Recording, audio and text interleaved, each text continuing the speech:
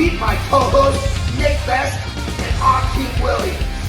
We're going to have some amazing guests on the show. Buckle up tight, because we're going to be talking about the shit you're not supposed to be talking about. We're going to be discussing anything and everything it takes to become a Legend of Iron.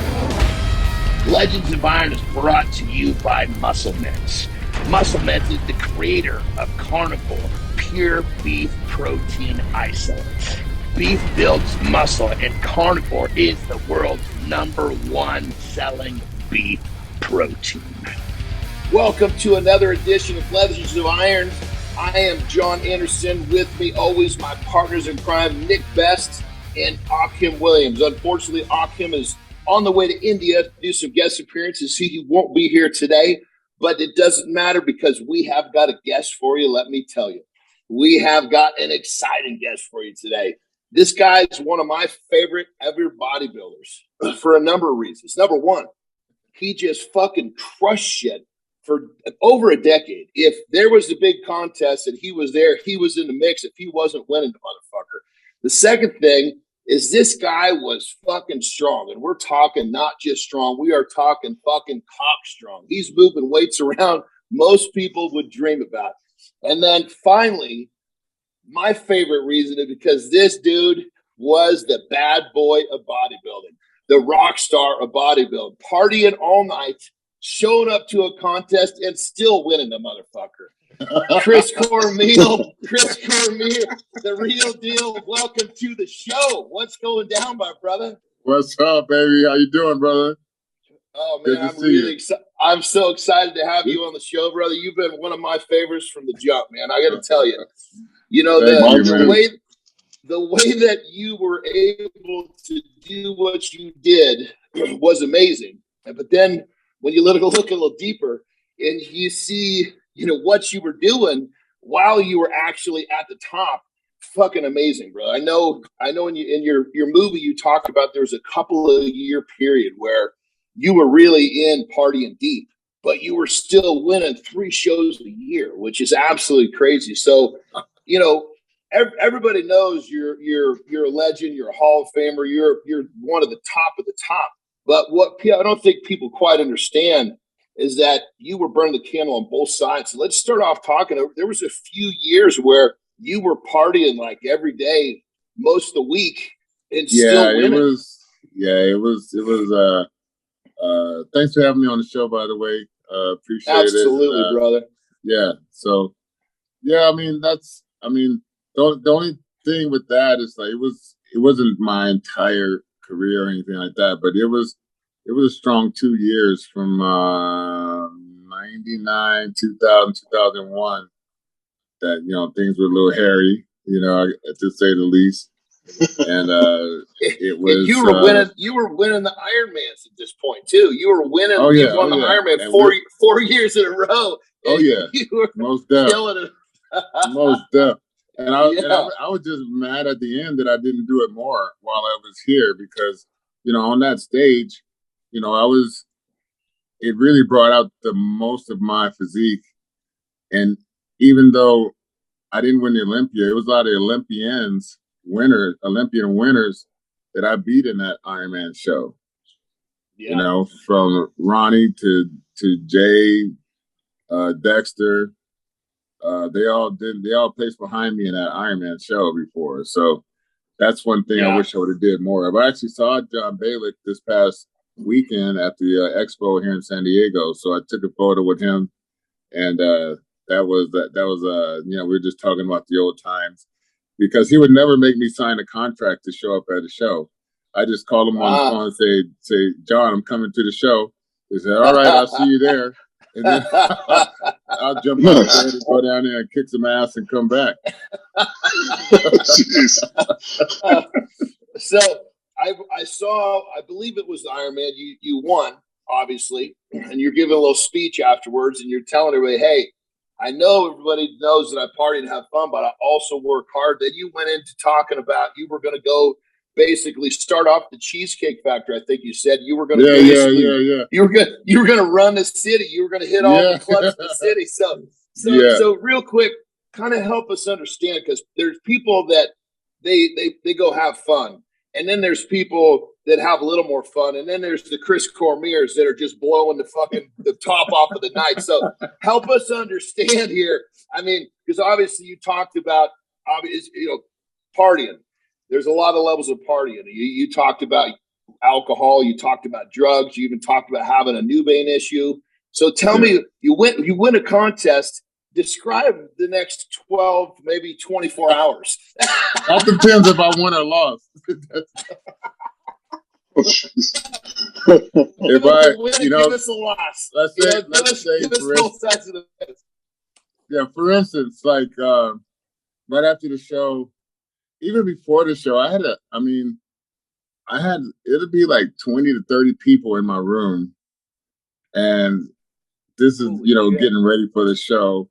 It's guys and girls there. Some people are partying, some people are posing, some people are showing their physique or whatever.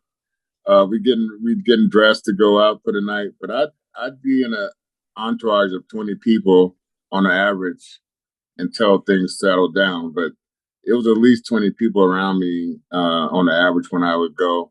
But let's say at the Mandalay Bay, after the show, I was very happy, 1999.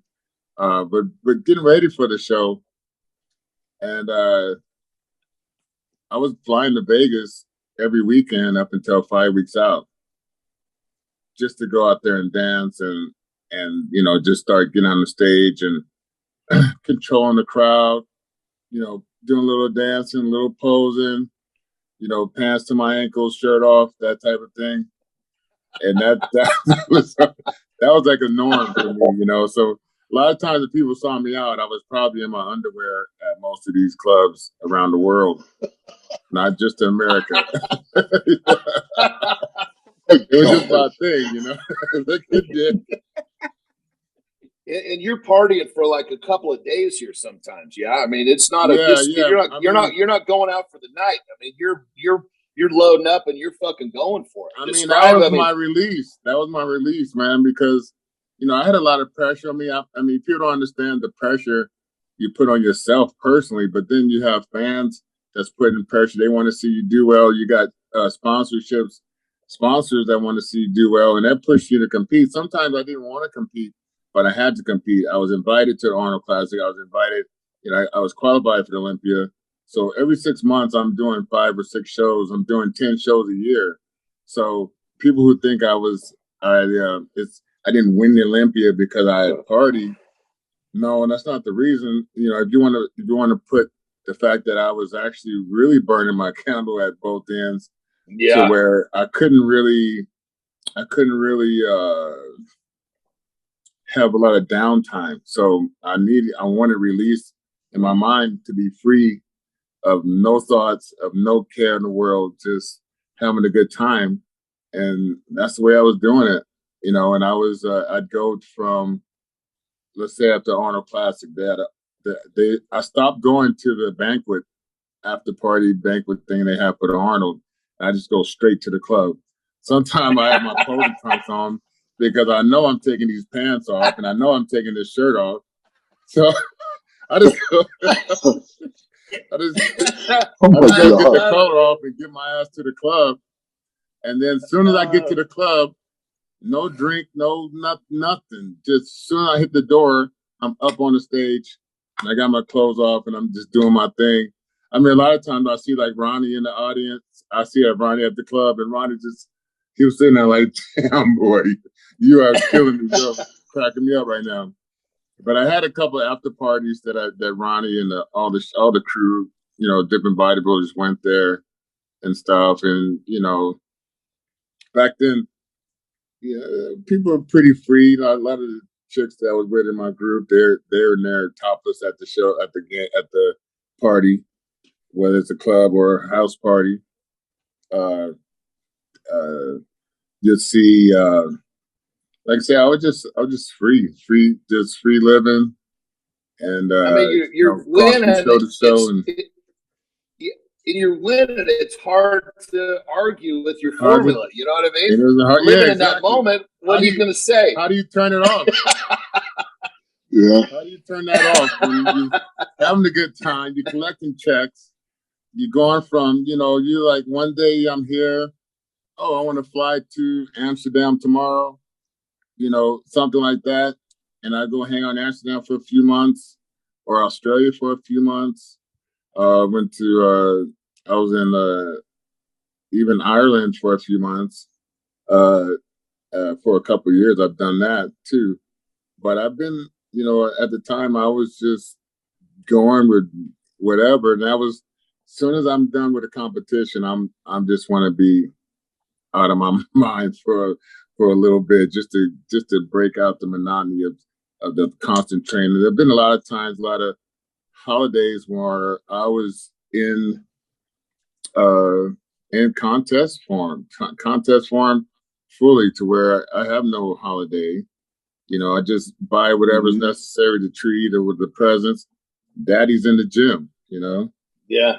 When I became a father, everything was like right in the middle. I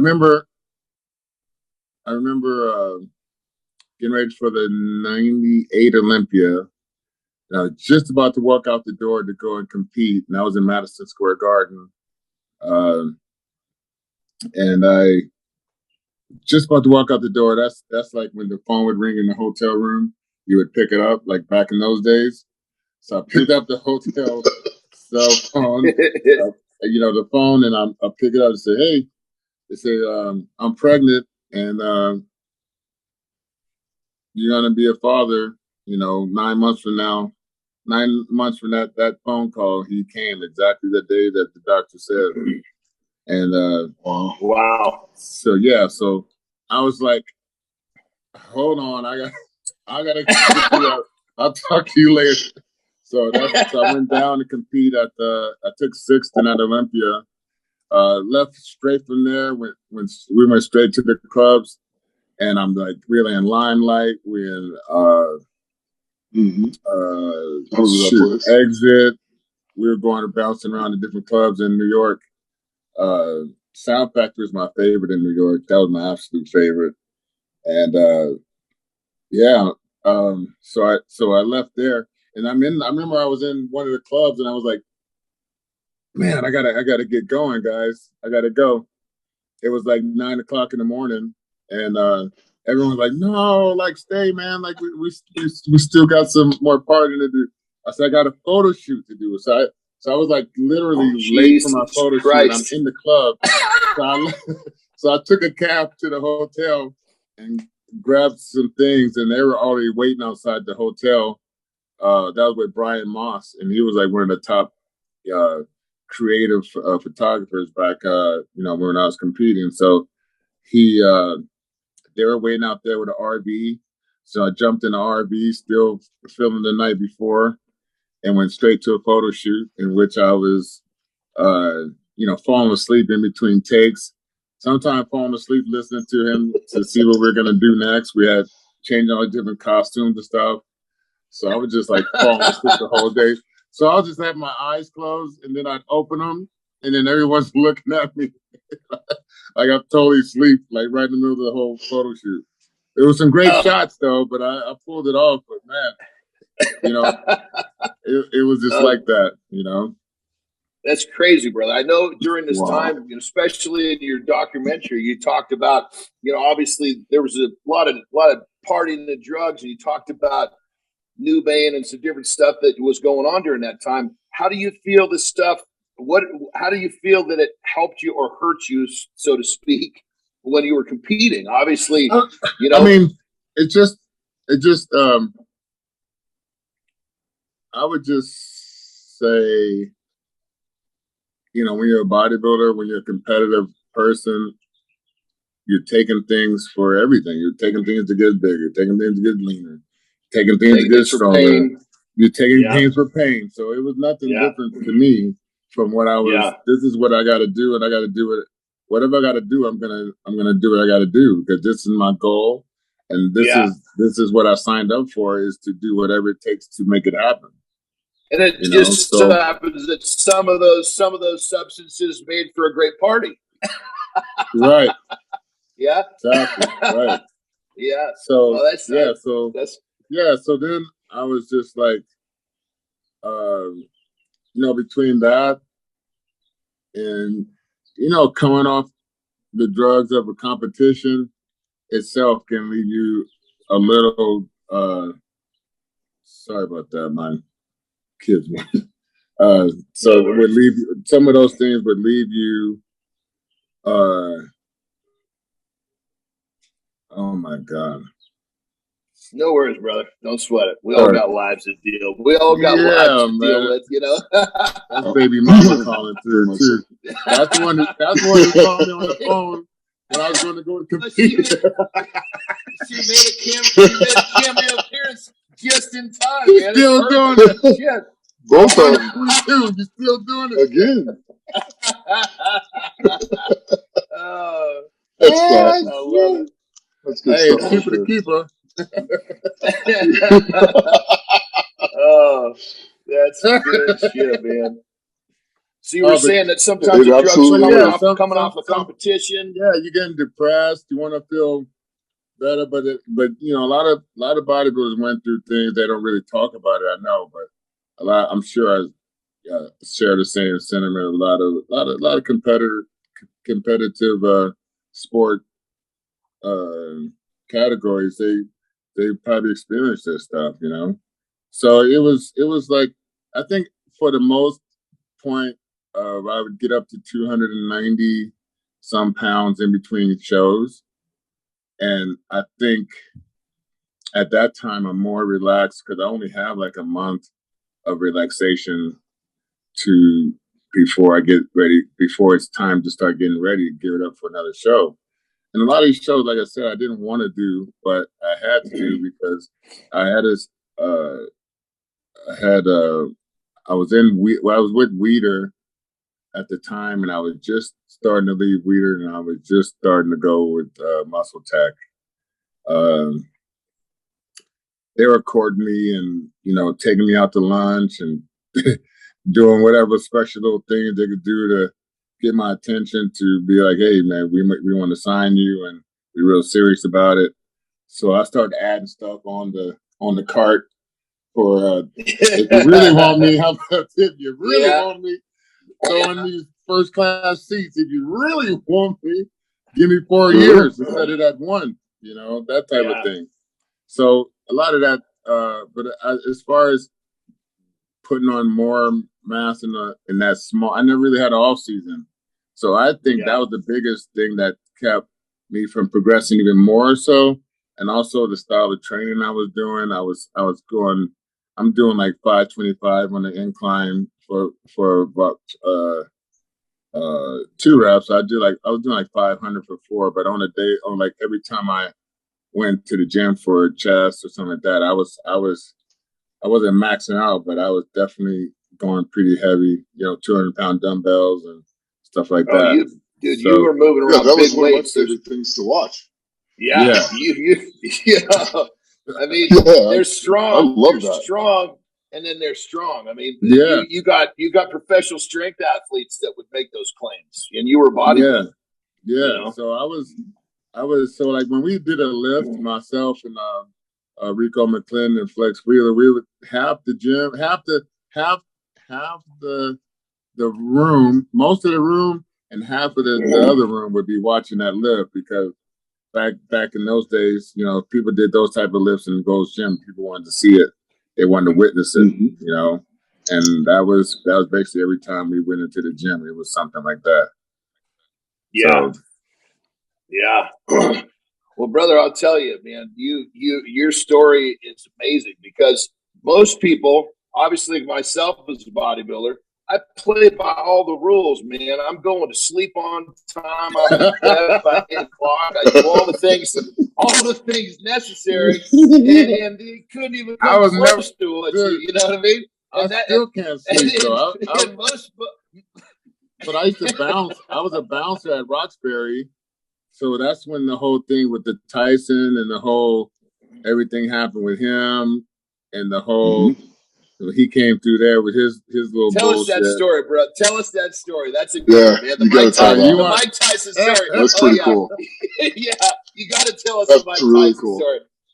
Oh man, this is like 1992. I was training for the Mr. USA for those periods of time. I was around 24 years old. And I came out of, I got introduced to him that day because his whole crew came in there, and it was about maybe 20 guys with him. And his neck was like this. And it was like, I remember he was sitting there, and it was like a line of girls. And back then, everyone had a little black book back in the 90s.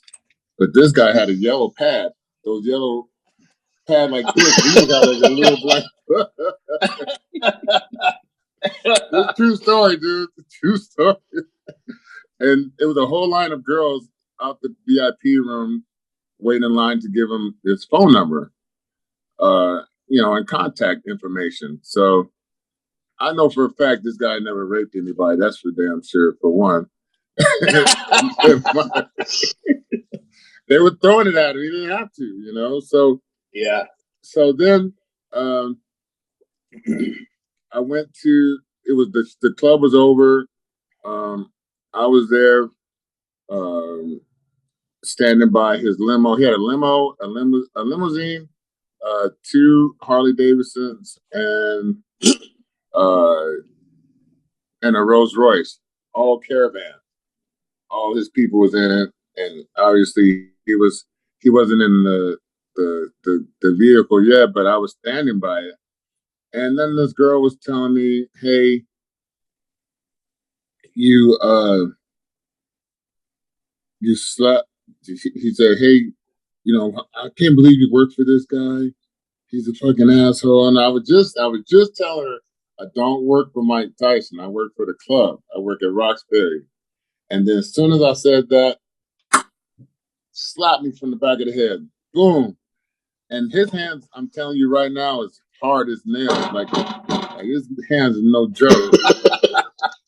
So, and my brother, and I was close enough to my one brother. That was like one of my pet peeves in life, is to get slapped in the back of the head, because my brother did that to me all the time when we grew up.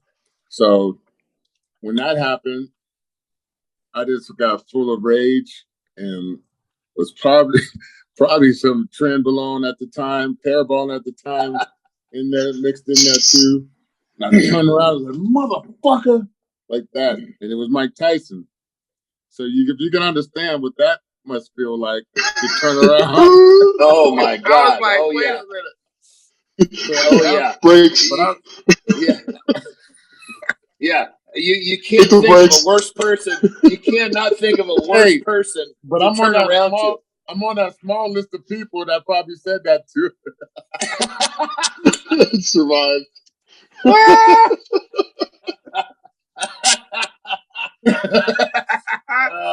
And then, and I'll tell you exactly what happened. He said this. He goes, "He told me to do it." Talking about a guy next to him, but he had this high pitched voice. You understand? Yeah. He told me to do it, and then and I looked. I said, "This motherfucker," and it was like I was just raging. I just wanted something, right? And so it was a little Italian guy next to him, and he looked at him. He looked at Mike like me, like that, right? And then he goes, "Well, what you want to do?" And then he started coming at me like this, right? Oh, well, what you want to do? Like this. And I'm going, "Holy fuck." So I'm like, So I'm like, in my mind, I'm saying this shit, right? I'm like, fuck. So then I'm like, backing up. But I'm like, okay, we about to do this. This is happening right now, right?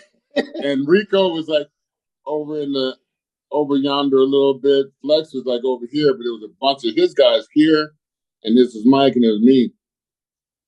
And I'm backing up, and I'm like, okay. So people started coming in between us.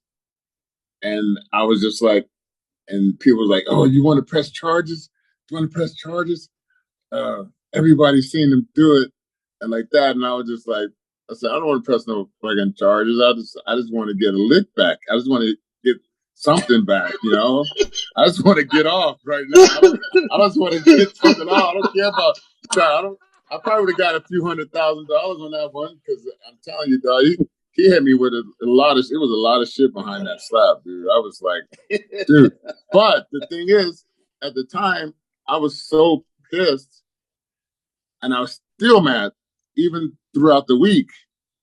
I remember telling my mother about it. I was like, Mom, I was like, I said, this is not over. Like, I need to. We gotta have a discussion. Something's gotta happen. Something. And I remember her just saying, just be careful and, don't lose your mind. Just, think things through. And so I got my buddy, Rico, and a few guys that I worked with at the club. And we decided the next weekend we was going to go look for Mike. So we went to go. look for Mike Tyson. Oh my God. That's a great idea. Let's go look for Mike Tyson. That's what we need to do. There's so few people on the planet who would go look for Mike Tyson. Oh my God. We're going to go look for Mike. Let's go settle this shit. Right? So we go down to Larry Parker's down in this is in Beverly Hills. Because everyone used to go there after the clubs. So it was about four or five of us. I don't remember exactly, but we go into Larry Parker's. He's not there. We're getting some food. So they start. So he comes in, and they started playing like his fights and greatest hits or whatever. Mike Tyson was on the thing. So we see him. And then okay, we're going to start antagonizing this guy, right? So they showed the one where he got hit and his mouthpiece comes out and he's trying to humble on the ground to pick up the mouthpiece. Yeah. They're showing that on the screen. So we just laughing at the top of our lungs, like,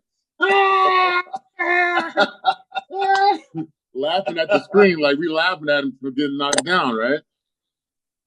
And then we turn around and look at him. Like, yeah, we laughing at you, right? And then he goes, shit happens. Like that. He just said, shit happens. And so he started to walk to go to the bathroom. And it was some people we knew that was in his crew there was this one girl that we knew that her job was just to buy condoms. That was her job. Keep his condom shit stacked. She got paid for that shit. And my buddy Rico knew her. And then it was just different little characters he would have with him, but I'm sure they're all getting paid some kind of way. But he walked by our table, and my buddy goes, Rico goes, "Hey man, why you slapped my homeboy like that in the head last week at the club?"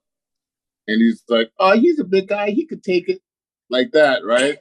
And so I kind of took that as an apology and shit.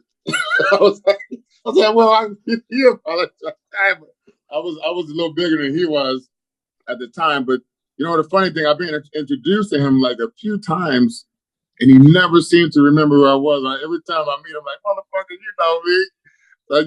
You can't say you see this face that many times and you don't recognize that same person.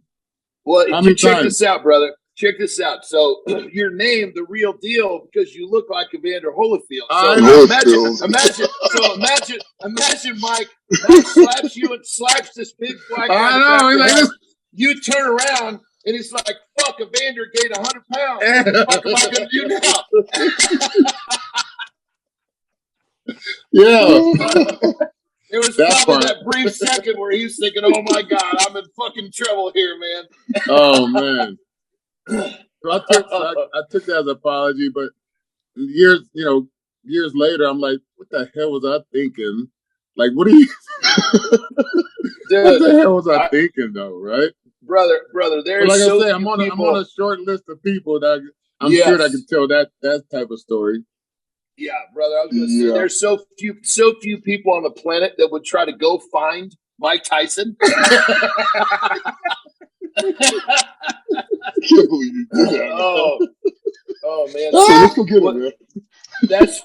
That's fucking crazy shit right there, brother. That is crazy shit. Oh my God. Good story, man. Yeah. So this was all in that time period where you're just kind of like the rock star of the bodybuilding. You're winning contests. Everything is just crushing for you. I know when you were really partying, there was a period where you actually overdosed. I believe you said you overdosed on cocaine. And you felt like you almost died. Yeah, that was in the year 2000 something, but it was crazy, man. It was because like you say, there's depression, there's all kinds of things mixing up with, your newly father, all these different things, and I mean somehow I got myself to go with this chick I was dating.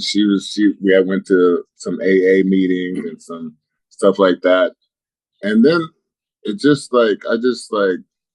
once I admitted I had a situation, I had a problem, then I was like, oh, I got to deal with this shit, because my mom was even like, my mom and dad was like trying to be supportive, but it was like, every time they asked me, hey, you got a situation? I was like, no, I don't have a situation. Like, that's one of the worst things I wanted to tell my mother, but she could see right through that stuff. And actually, before she passed, she actually told me all the different stuff that she knew, but she didn't. She was just trying to let me walk through it and get through it the best way she knew how. But she just didn't want to but she knew a lot of stuff that I was doing or did. And, sometimes it'd be a party at my house and, it's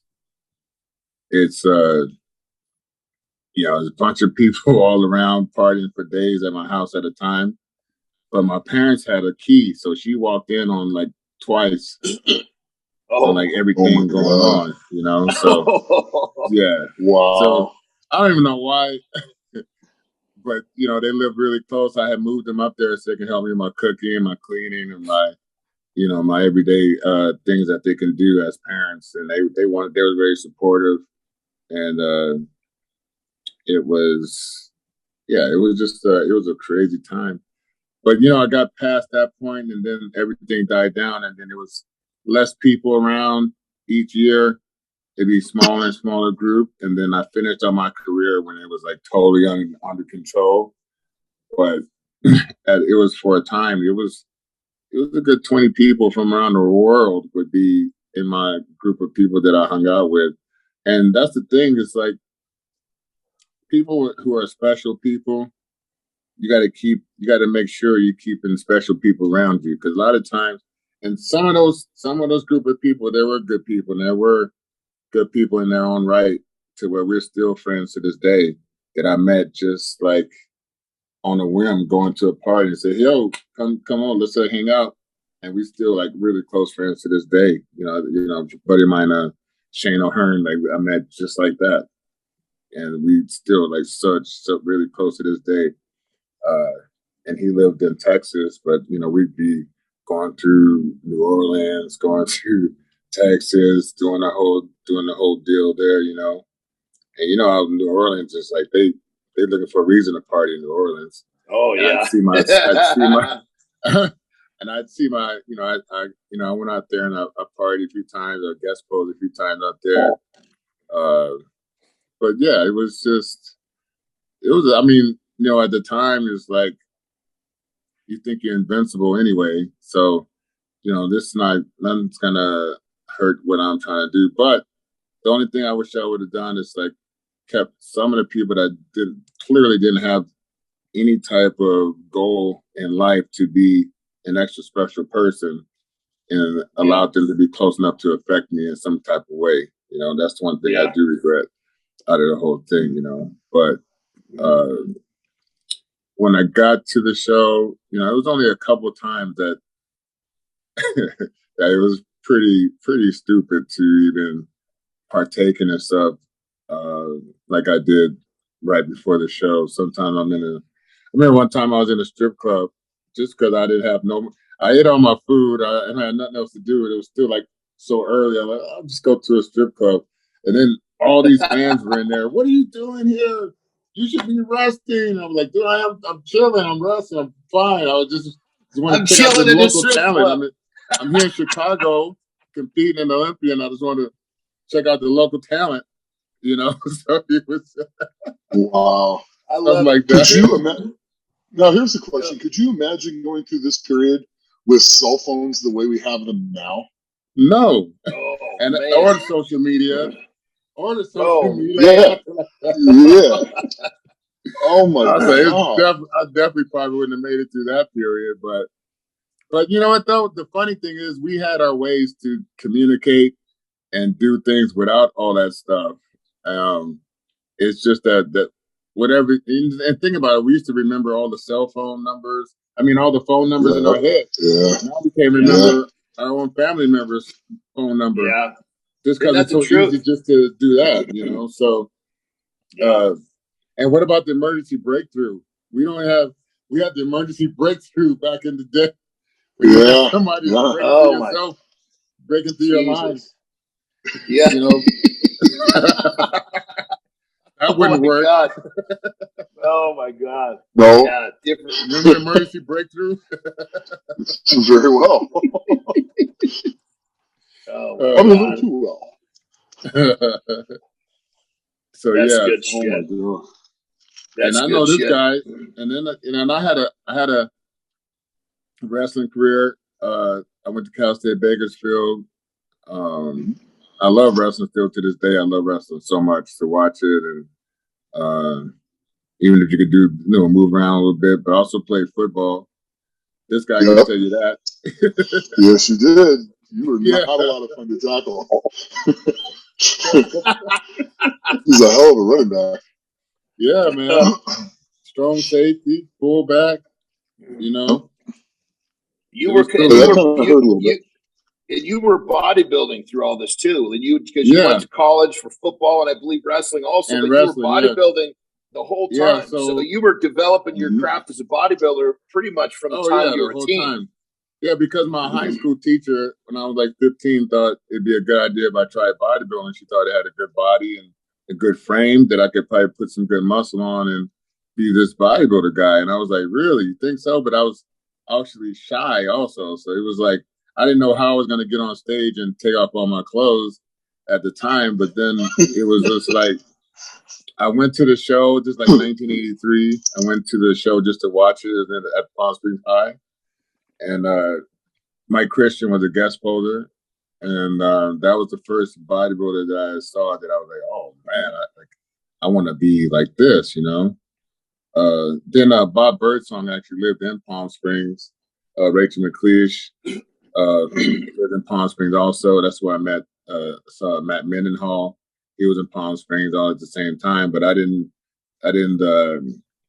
get close to these people, but I had short little conversations with these people. But that's when I was like, I went to College of the Desert and played 2 years there, and I made the All-State JC team for strong safety, and then I was just like, I want to be this bodybuilder. I stood up right out of class and left and never went back. And, no shit. Yeah, I was in business. I was in business law class, and I remember I was in business law class, and I was writing down Mr. US, Mr. Teenager California, Mr. Teenage National Champion, Mr. USA, Mr. Olympia. And I remember I was looking at the list of Mr. Olympias and competitions I wanted to win. And I just looked at the door and I got up and I just left and never went back and moved to Venice. And then that's what I was going to be doing. And that was it. Bam. That was it. Jesus. I'm out. I'm going to go do this like that. And I just set my mind to it. And then the chapter of Chris Comeir, the bodybuilder, starts and just got bigger and better the whole time, man. Yeah. You know, it's funny. It's funny because you say what was stopping you from bodybuilding originally was taking your clothes off. Well, fast forward 10 years, you're on the stage, and then you don't even take your trunks off. You just rinse off and go to the club and as you put your the pants around your ankles. You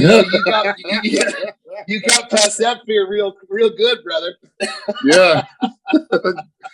Go figure that, huh?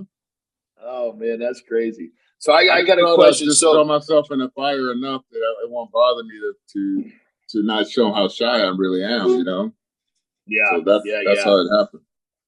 So let's go back. Quick question. So you said there was a couple times where you were, your mom keyed into your house, and obviously there's parties going on. So what does she open the door to see? Naked people running around and people drinking and doing blow and all sorts of shit. It was just like, did she actually make it in the house, or did she just kind of close the door? Well, someone knocked on my door, and I'm like laying in bed. They're like, "Hey, your mom is here," and I'm like, "What?" I'm like, so I go outside, and my mother's like, she's leaning on the rail like this, and I go outside, and I'm like, and she's like, "Chris, what kind of life are you living?" I remember she said that. What kind of life are you living? Like, is this what you like? She was just like, "What are you doing, man?" Like, I said, "Ma," I said, "You can't just come in." It's like it's just my private house, and I'm whatever. But she was just like, man, the hell? How many people were in there? And my dad, I remember my dad was like, how many people would be there? Yeah, how many people did she walk into? Was it like 25, 30 people? Yeah, probably like 14, 15, 20. So, rocking the house, baby. Rocking the house. All over the house. Oh, my gosh. Oh, my Lord. Oh, yeah, that happened. And I remember it was some days. I remember when I left that situation and I went to go guest pose, but I just spent 3-4 days awake, and then I went to sleep. And when I woke up, just enough time to catch my plane to make it to Colorado one time. And I remember making it to my hotel room, but when you get startled out of your sleep, you just wake up. I remember waking up and I didn't know where I was, why I was, where was I supposed to go, at what time, who was picking me up. I didn't know anything. So I was just like, holy shit. So I started to call around to find out all this information, like what am I supposed to be doing and all this type of stuff. So it's like I said, this was a strong 2-year period. This wasn't throughout my whole career. Yeah, it was kind of a wasn't at the end, but that 2-year period, it was nuts, man. Like, and then the different times I'd compete before the show and after the show, there's at least 20, 30 people in my room, at least. Because you had mentioned that during that 2 to 3 or 2-year period, or that period of time, that sometimes you would be high 4 days out of the week, but yet you're still winning shows. You're still winning shows during this period. I was a beast. I was a beast still. I was still like, but I knew, but I felt like I knew when to stop, and I know when to chill, and to this one I need to focus, and I was able to switch it. And I was like, boom, I got to get to work. I got to do this. I had I got the Arnold Classic coming up, and here I am 10 weeks out. or whatever, 12 weeks out, 14 weeks out. I spent that whole month or whatever, relaxing, shopping. Every month I'm tightening up the wardrobe and tightening up the, I got to be ready. So I'm buying like 6 outfits every month, head to toe outfit every month, 6 of them. Get the Louis Vuitton going, all that good stuff. Yeah, got the Louis Vuitton going, with the whole Rolex thing going, and the whole just living it, But it wasn't the smart way. I should have been investing in stuff. But then when I tried to invest in stuff, I got railroaded by people. I had this lady trying to take care of the money. She's trying to be the accountant. I'm trying to get, I was about to try to get into this restaurant deal. That guy turned out to be a gambling degenerate that I was, I was about to. So that was in Vegas, when I was living in Vegas for a short time. And man, living in Vegas, boy, that was hard on me at that time, because I was like, shit. That's like, I was waking up at 2:30 every day. Going to sleep at 5, waking up at 2:30, 2:33. My whole clock was just ass backwards in Vegas. Oh, yeah, you got to be very disciplined if you live here to not get. Yeah, you got to. You can walk out the door any time of the day, 24 hours a day. You could be in your house. Find trouble to get into. Southern Highlands. Southern Highlands. Oh, right okay. There. Yeah. So I was living in Southern Highlands, but you can go get into whatever you want to get into. It's still like 20 minutes, 30 minutes. You'll be into anything, you know. But right down the freeway. Yeah. So nice. That's why I lived out there. But it was, and then I lost a lot of money out there in Vegas with that whole interest situation they had, you know, with all the different homes. A lot of people losing their homes out there. So that was migrated back to California. But I had like a 5-bed. The house was too big. I should have went smaller. You know, this is you know, and that's you know, and Titus was my training partner through some of these. You know, and he surely wasn't going to keep you on the straight and narrow. No. But then I swear, there's a lot of pros that was trying to go that route, and I was like, no, you're not going to go that route around me. They were trying to ask me, hey, man, you know, they wanted to hang out, they wanted to do this or that, and I was like, no, man, I'm not going to be the one to show you nothing. Not me. So you got to go somewhere else if that's what you're trying to do, because that's one thing about me. I was never trying to hurt anybody or anyone's situation or dreams or whatever. So I didn't want to be a part of that. So a lot of people got turned away. That's kind of stuff you never hear because people don't really talk about that stuff. But I was even people that trained with me and whatever, I was nothing but a positive influence on their life. That's cool, man. That's really cool, brother. Yeah. Really cool. So check this out. There's been a lot of times, a lot of people have said over the course of your career that, you know, that they'd seen you come into the hotel early morning. Judges. The day of the show. Yes. The damn judges. So here's the question. How many shows the judges literally you stay up all night and then literally just not go to sleep and go to the show? How many shows did you do that way? Couple. It was a couple. One was the Olympia. I ended up taking third, and one was won the show in San Francisco. And the only reason. Well, it's really unusual, but it clearly works for you. The only reason in San Francisco, because I ate so much in between shows. We were on a tour, and I was like 270 some pounds, and I had to compete the next day. I was like, oh shit! I was like, I'm not going to sleep. I'm just gonna do whatever I got to do to lose as much weight as possible. Whatever, you know. But this is, and I ended up winning the show, and then went right back to hanging out as soon as the show was over. But I won the show, and I took third in the show. That's the time that I can say those two times. It was definitely not what I'd recommend, but that's what happened. Well, brother, you made it work. And let me just make sure I got this straight. You said one of these was Mr. Olympia, the biggest show on the planet. You didn't go to sleep. You got your competitors are all taking 2-3 days of doing nothing but trying to dial in, and you're out partying the night before. You stroll in, you had 5, 6 in the morning at the hotel, clean yourself up, and go to prejudging. This is crazy, and that's literally how it went. That's how it went. Dude, that's how it went. That's insane. That's insane. I mean, it's just crazy the fact that it was actually possible, you know, because you think of now, especially now with the protocols and all the things that the guys go through to get to that place they need to be. Hell, man, your place was in a strip club until 4 a.m. the night before the Olympia.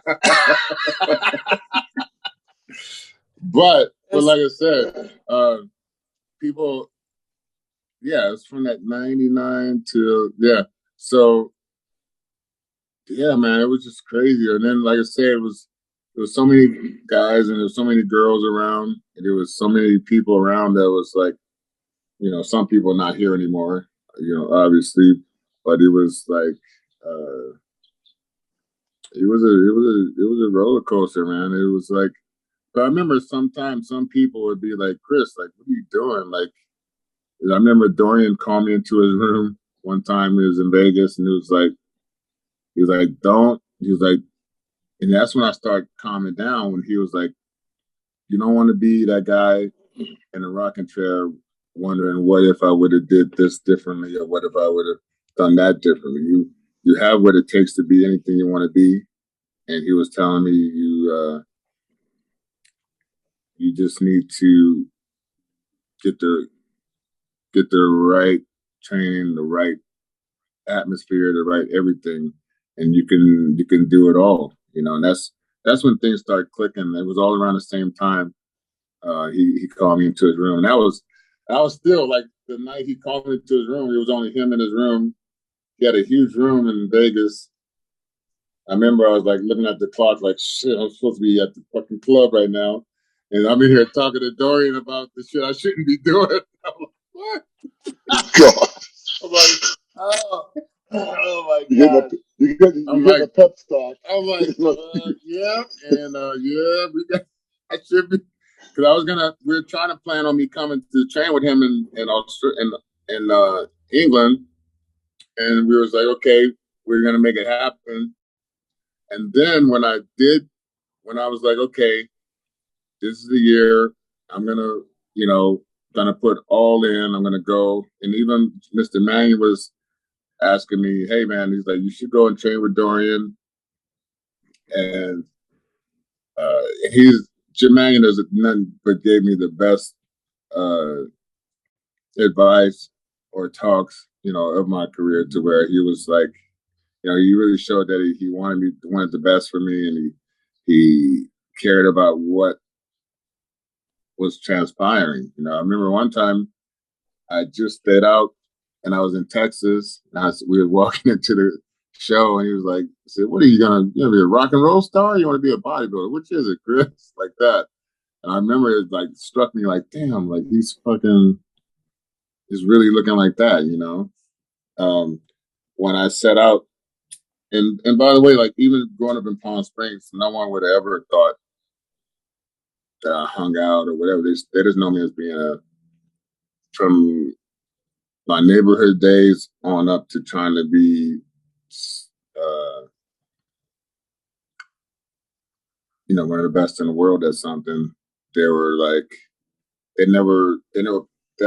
those paths never crossed, because people did a lot of stuff in the neighborhood I grew up in, but it was never like something that I was ever even thought of, you know, never even fathomed like to have a situation like that involved in my career, and something I need to, you know, even worry about, because I was never that person. So, like I said, and that only came about because some people like my core was Flex, Rico, myself. It was us three, and then it became four because there was Paul Dillette. So when Paul Dillette came into our circle, it was just us four, and then we ate, slept, trained, ate, cardio, trained, slept, cardio, trained, worked all together. We never was apart. So when that started to slowly go apart, that's when other people started creeping in, and that's when everything started creeping into my life. So I think, that being said, that's when I was saying you got to watch your circle, because, yeah, you know, like I say, even if you're not that type of person, that shit can creep in just because you're friends with this person.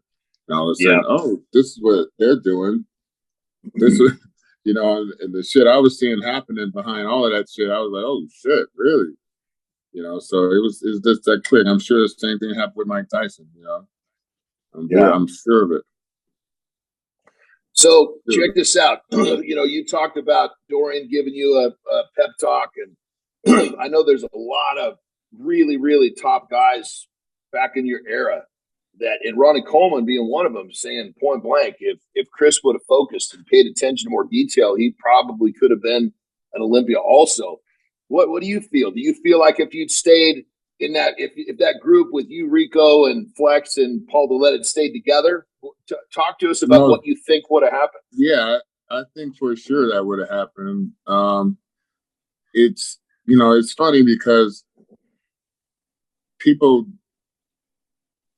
take steroids, take whatever they can take to get to make it to this level of excellence and of physical to where it's like they're just an Adonis and they're one of the best. And then there's also a form of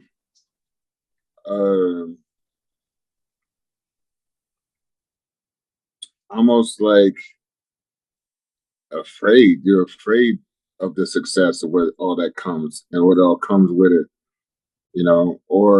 And you do those. I just think, I'm not saying that I was, and I know people like Flex. We always dealt with little mental, little glitches that got into our program to where it was like we didn't. That wasn't our goal, was to actually make it happen. But then when it was right there to happen, you know, are you willing to do those extra little things? You know, and that's the people that went as far as made the Olympia, Jay, Dexter, Ronnie,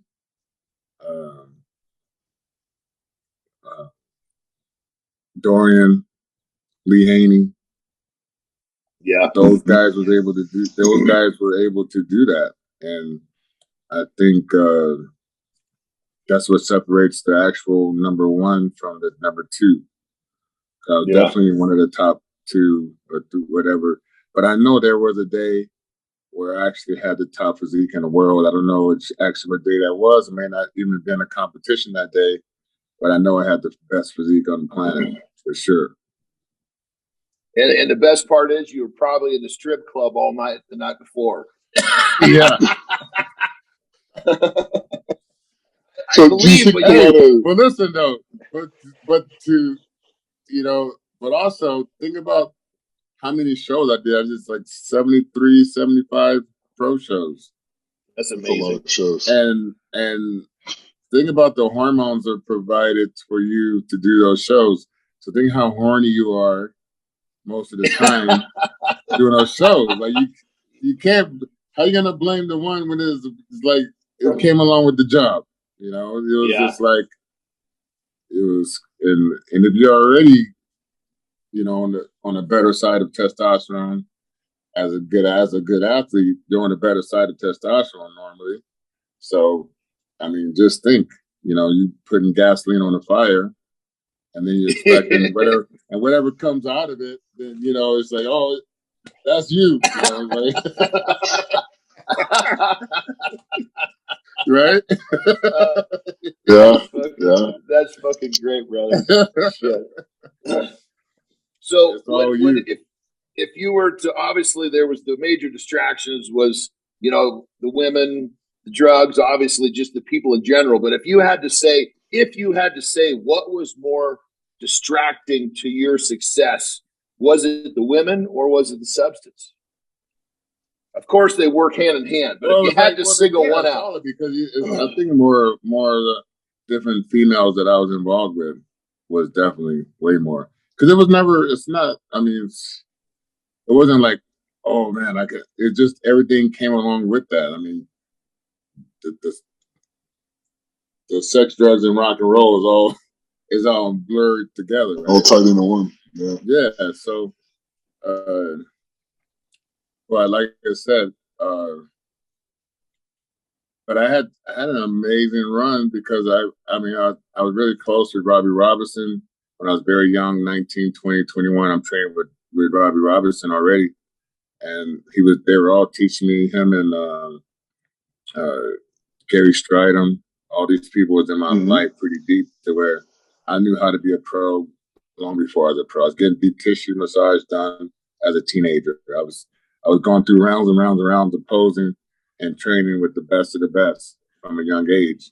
So I knew it was going to happen because I knew I knew what I needed to know to get there before I got there. So I just feel like, I pressured the hell out of myself, and I was like, I'll do a show, and like, okay, if I don't place in the top 5, I'm not doing this no more. I need to go do something else. It was like strong pressure for me to do well, and it was, and when different sponsors came about, to where you had Joe Weider saying, hey, if each of you qualified, you need to do that show, and they kept asking me to do the Arnold Classic. So they kept asking me to do this show and that show. So I'm doing, like I said, 10 shows a year. I think that was the biggest thing that kept my mind, like, I'm so pressured to do all these shows, So I think just competing so much took its toll, Because a lot of people don't do 10 shows. A lot of these guys do 3-4 shows and they're going crazy. So just think about doing 5 shows over a 10-year period every 6 months. Yeah. With the best of the best. Yeah. Yeah, you were always locking horns with the best. There was no in those days there was no easy show to go to. No. Yeah. That's and you said you competed over 70 times. I mean, that's amazing. That's as a pro, but even as a teenager, I was doing the show every week at some time. I remember when I was 18, I did 10 shows in a year as a teenager.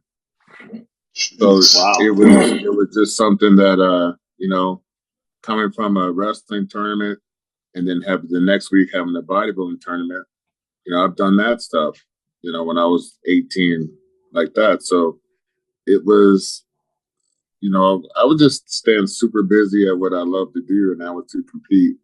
And even the people that I train today or help or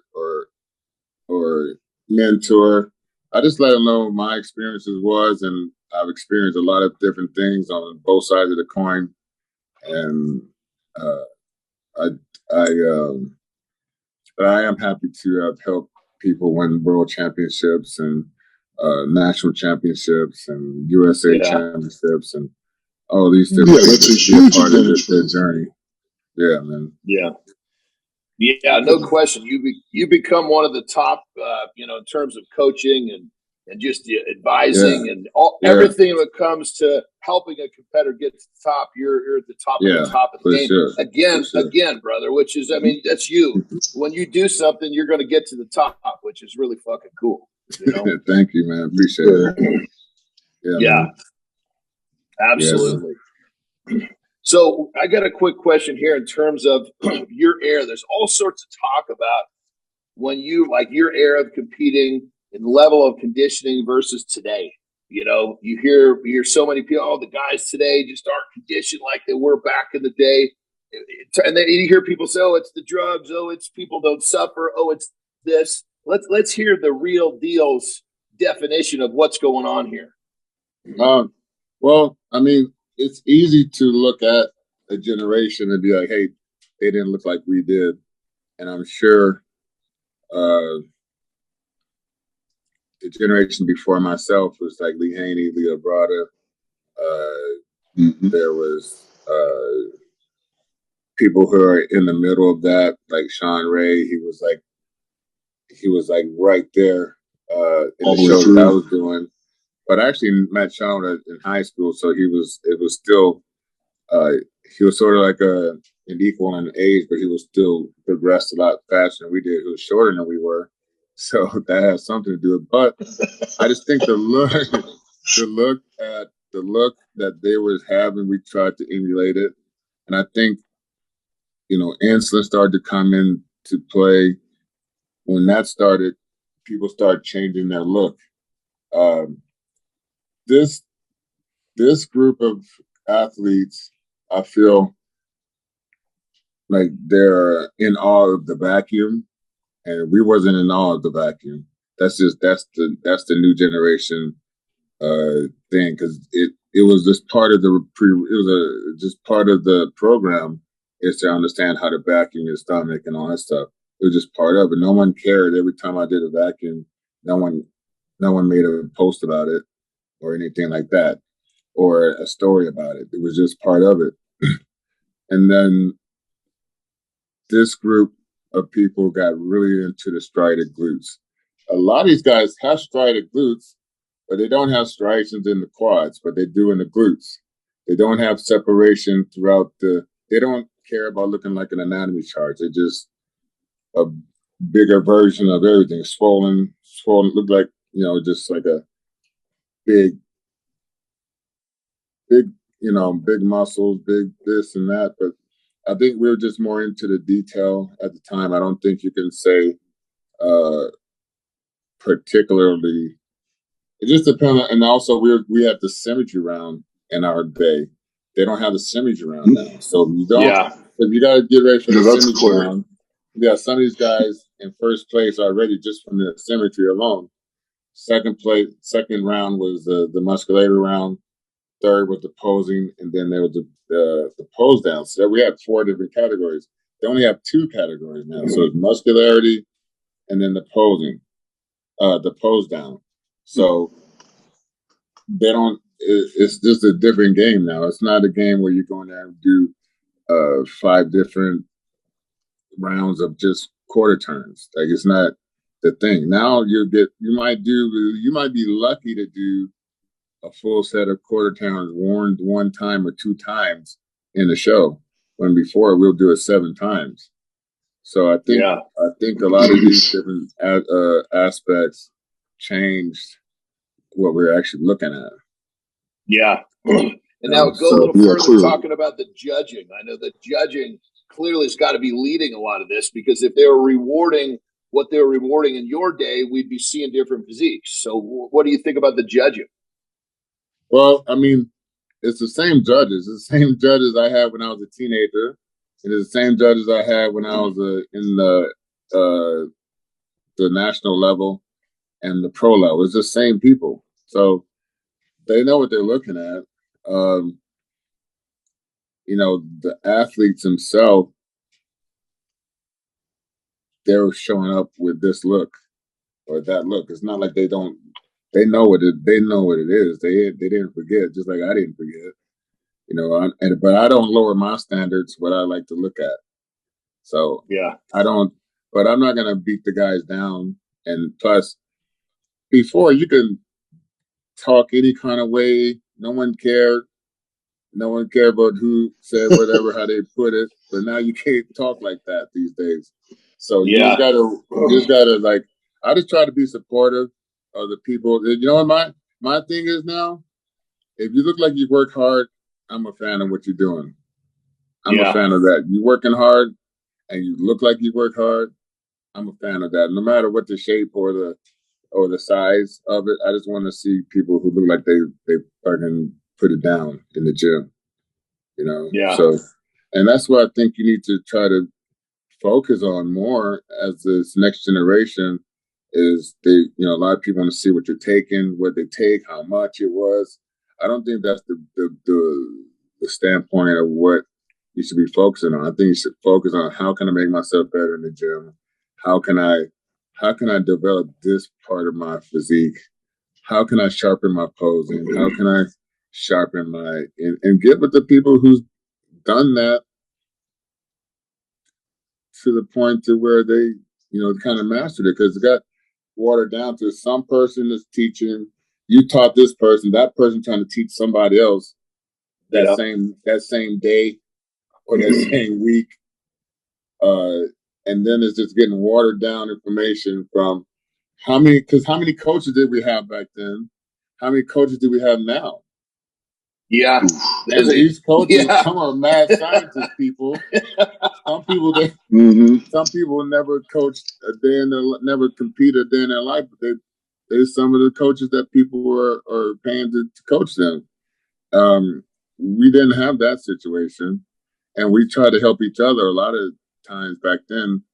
Like we're on tour. I'm with Kevin LeBron, Dexter Jackson, people like that. We can go to each other's room and help us put protein on each other's back. But now you won't see that person. No one talks they won't even be talking to where you can't even get any type of help or any type of information, because I know people was doing trade secrets, back then, depending on how good you were, is how people would talk to you. You were really good and they were like, oh, you might beat me. Then someone might be not so easy to give you some information or some type of help of what can make you, would allow you to beat them. But nowadays, I think it's just everyone is, it's just a little different pack of people now, But I feel like for the most part, if they, I don't know. I just don't. It's not like they're not dieting, because I didn't have those type of ripped up glutes like that. That wasn't my look, but that was never my goal, because I was on tour with people who was not there anymore. I was on tour with Munzer, beat Munzer many times, but that guy was always shredded. Always. Yeah, but that was just paper thin skin all the time. Yeah, but when people would pass something like that, I'd be like, hey, that's not what I'm going for. I'm going for a healthy Lee Haney style looking physique. I'm healthy. I can cut. I got striations. I got shape. I just need some little bit more fullness, and then I'm gonna go and compete. But that's the look I was going for. I was never trying to be the most ripped guy in any stage. That was never my goal. Yeah, yeah. It was really interesting to hear your take about all these different generations and all the different influence, which then kind of changes the look as time goes on. That's a great perspective. Another question I'm really want your take on is, what is your perspective? What are your thoughts on all of there's been a whole lot of death in bodybuilding in a real short period of time. Give us your take on that. Like say another one today. For instance, when I was in the hospital for the spinal infection, that's what derailed the whole thing. And I fought back and forth mentally about the mind fuck that comes along with not being able to do what your goal was all your life, and not be able to do it anymore, not be able to compete anymore. And then the doctor, I remember he was telling me, he said, Chris, you got the largest heart I ever seen in my entire life. And he said, that's not good. I was like 295 pounds at the time. And he was like, I was like, at the time, I got this warrior attitude, like, but this is what I do, I don't. Yeah, Doc, this is what I do, man. This is what I do. Yeah, I want to go out on my shield. I want to go out on my shield. Fuck it, Yeah. And then he was, and I was like, you have a dangerous job too, Doc. You might get a life-threatening disease at any given time in this hospital, but you do it. And he was like, yeah, that's true. I said, yeah, so this is what I do, But as a couple of years, after that time went on, I felt like I was in a bubble I was still in that same bubble. Like, I was smoking weed in the hospital. Like, I was definitely in a bubble that wasn't right. like I would do things. What are they saying when you're smoking weed in the hospital? What is that saying? The good thing is you get my wife. This is a shit that this is the real deal shit right here, brother. I love it. Smoking dope in the hospital.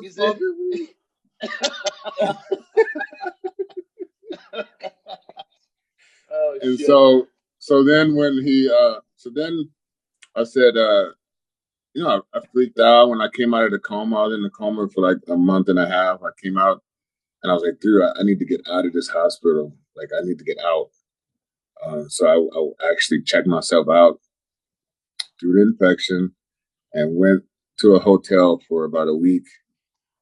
And that's when I was like, man, I just want to play my PlayStation, and I just want to chill and just like get out of it. Because I have claustrophobia, because just from wrestling from from the stand in the saunas with all these guys trying to cut weight and all this stuff, I developed a strong case of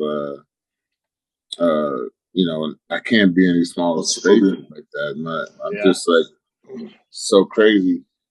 And so I was getting claustrophobic in the hospital. I felt like the walls were coming down and the ceiling was getting low on me. I said I had to get out of there. So then I came back. When I came back, then they had a security guard watching me all the time, and I had to share a room with this guy who was a little prejudiced old guy that was popping the N-word every 5 minutes. Oh, and fuck. Yeah. Oh my God. And shitting on himself. Oh my God. Popping the N-word. And I was like, man. I'm just like, Jesus. I'm just like whipping my curtains back, talking to me. I'm like, leave me the fuck alone, dude. I'm trying to do my time to get out of here, right? Jesus. So I was so at that time, but back to what I was saying, to have a person tell me, and my heart was actually large, and I stand a chance of maybe having a heart attack, and still not, understanding the warning signs of that, then I think a lot of that goes on to this day. So fast forward into we've been through this pandemic the last couple of years. Who knows exactly what's happening with that? So is it the pandemic? Is it some of the stresses from the pandemic? Is it the people with heart issues? I've seen a lot of athletes in a whole passing away. Not just bodybuilders, but I think it's been really sensitive because we have a small group of people in this community to where now,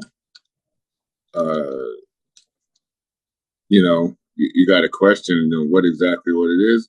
Is it something we signed up for years ago, and the chickens just coming home to roost, or is it got to do with the pandemic? Who knows? But I know a lot of us signed up for that, to where you might shave some years off your life. That's just part of what people signed up for, I think. It's the reality of the situation. But when you're a lot heavier than what you actually should be carrying for your age and your whatever, I mean, you got to be having a close relationship with a doctor, making sure you're okay, making sure everything's working right, got the right blood flow, circulation, and stuff like that. Yeah. So I don't know exactly what. I don't know who's getting vaccinated, not getting vaccinated. Doesn't make a difference. Are you rolling a dice with that or not? I don't know, but it's been an awful lot. It's been really, and then even like when they had this fake death with Victor Richards, that was kind of fucked up. Yeah, that was weird. Yeah, because someone did that to me. Someone did that to me years ago when I was living in Vegas. But I was just so happened I went to Vegas. I lived in Vegas, but I was also staying and training in LA. So I went to LA. I went to Vegas one night around 12 midnight. I started driving, and I got there around 4. Instead of going to my place in Southern Highlands, I kept going into the city, and then I went straight to what is this place called? Dre's. So I ended up going straight to Dre's, and then from Dre's, I went to a hotel room party, and that's where I ended up, going to sleep. It's like I woke up the next morning with like 250 phone calls in my phone, 250 missed calls, and someone said I had passed away. That they said I went to Vegas and I never showed up, and something must have happened to me. They just considered me dead. So they called my family. Everyone thought I was actually dead. Oh my gosh! When I was just like, holy shit! It was just a miss, huh? Holy shit! Yeah, that happened to me once or twice in the sport, where people said, "Yeah, Chris is dead," and this and that. And also, the second time was when I was in the coma. I think people were selling my cars and doing all kinds of crazy shit back then when they thought I was not going to make it through the coma, you know? That goes right back to you saying that you got the wrong people around you, man. They're fire sailing your shit the moment they think you're checking out. Fucking awards missing, all kinds of shit's missing. Jesus Christ! Yeah, it was fucked up. Crazy. So, brother, as we kind of turn, you know, you spoke of earlier in your, I think it was early in your movie, you talked about you actually at one point you were homesick because you missed your mom. You got a great relationship with your mom.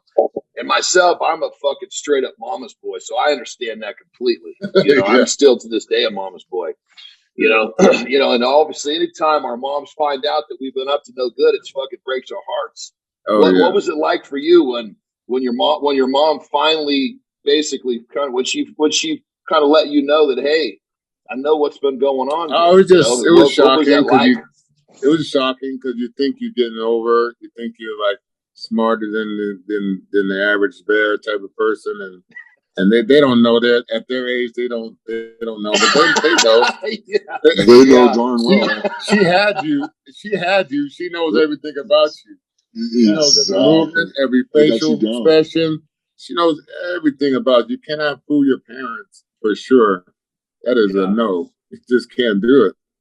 People think you can, and they think you think growing up, they don't know what they're talking about.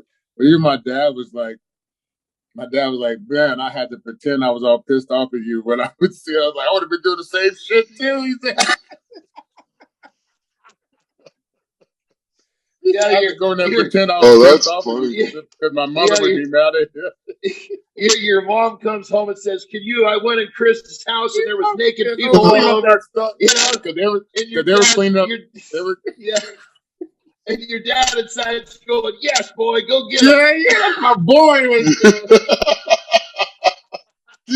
Yeah. I actually kind of know what that's like because I caught my boy with his girlfriend. Right. Had to give him a little bit of lecture. That's it. But then kind of like the fist bump on the way down. My wife's sitting there losing her mind. Yeah, boy, just screaming and yelling. I wouldn't be doing that if I were you. Oh shit! That's too fucking funny, brother. That is fucking good. Yeah. Oh man. Well, brother, I got to tell you, we really appreciate you coming on. But before we go, there's one thing that I want to ask you in terms of, you.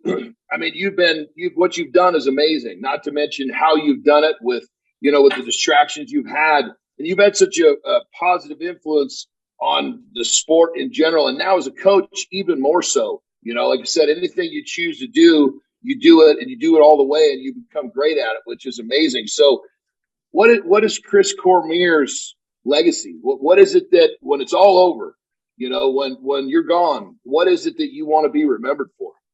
Well, I mean, I started out. People doubted me the whole time. Was I able to do it? Was I able to be that person that I wanted to be in the sport? Was I able to accomplish, winning as many shows as I won and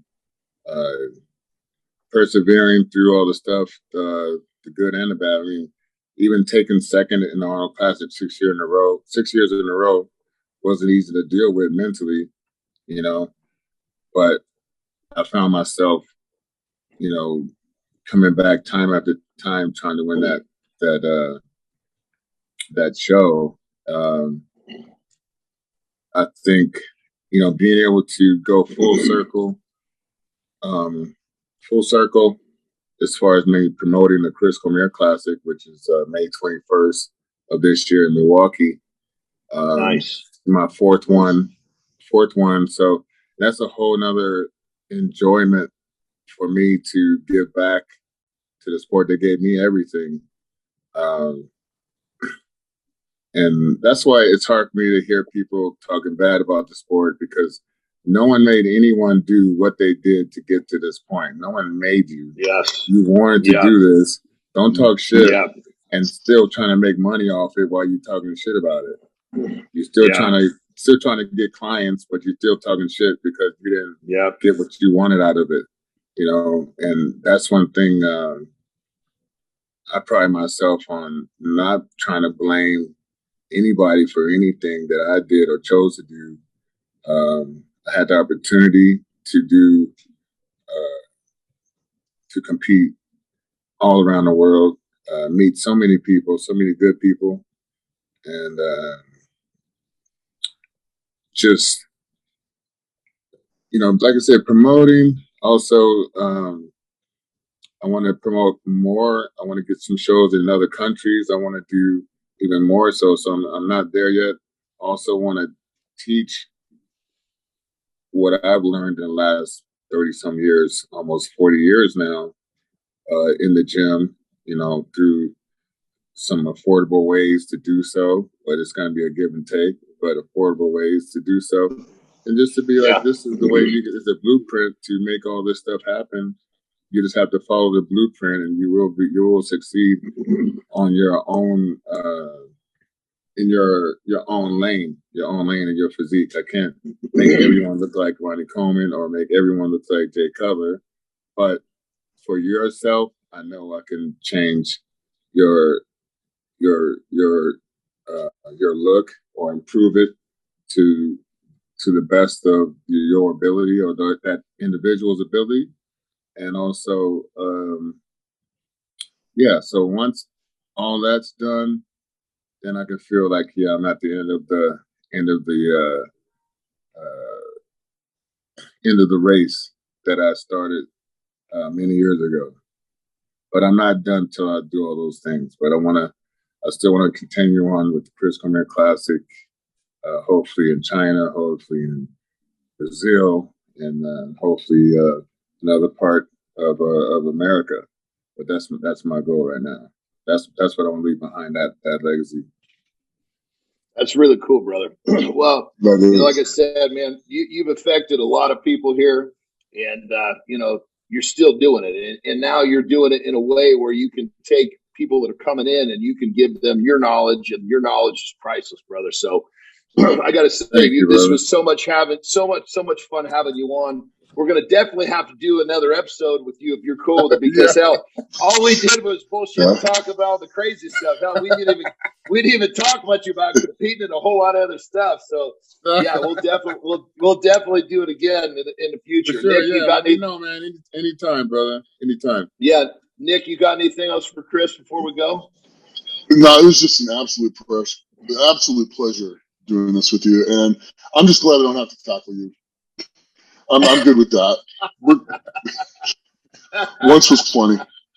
So thank you so much for everything, and it's Thanks, amazing guys. What the kids are going to be able to learn from you. So thank you. Oh, for sure. Thank you, man. Thanks for having me, man. Good to see you, brother. Always good to see you, Nick, man. Like you always greet me with a smile and a big old hug every time I see you. So I appreciate that, man. Not forgetting about the little bro. And man. That's it. Well, that's going to do it. That's going to do it for another edition of Legends of Iron. We will see you next time. Legends of Iron is brought to you by Muscle Mints. Muscle Mints is the creator of Carnivore. Beef builds muscle, and Carnivore is the world's #1 selling beef protein.